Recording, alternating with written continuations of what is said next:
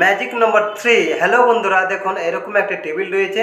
প্রত্যেক স্টুডেন্টের এখানে এই সাবজেক্টগুলিকে আমি এখানে টোটাল করতে চাই। দেখুন সিলেক্ট করে এখানে দেখুন অটো সাম, এখানে ক্লিক করলাম। দেখুন অটোমেটিকভাবে এখানে যোগফল ক্রিয়েট হয়ে গিয়েছে প্রত্যেক এই স্টুডেন্টের।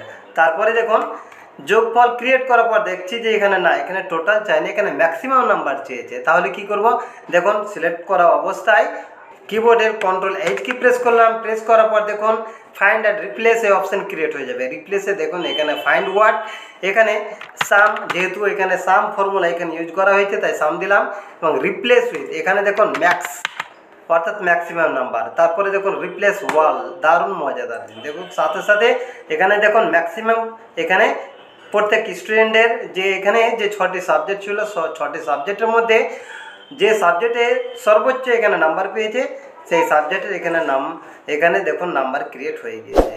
দারুণ মজাদার। তারপরে দেখুন যদি আমি এখানে মিনিমাম চাই তাহলে দেখুন সিলেক্ট করলাম। সিলেক্ট করার পর Ctrl+H কি প্রেস করলাম। আবার এখানে দেখুন ম্যাক্স, যেহেতু এখন ম্যাক্স ফর্মুলা রয়েছে ওই জন্য ম্যাক্স দিলাম।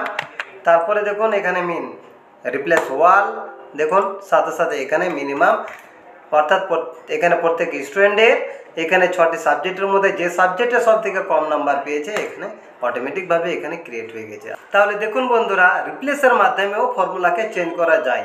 আশা করি ভিডিওটি আপনাদের খুবই কাজে লাগবে। এরকম অসংখ্য টিপস পেতে আমার চ্যানেলটি সাবস্ক্রাইব করুন, লাইক শেয়ার ও কমেন্ট করুন, এবং নিয়মিত ভিডিও পেতে নোটিফিকেশান অন করুন।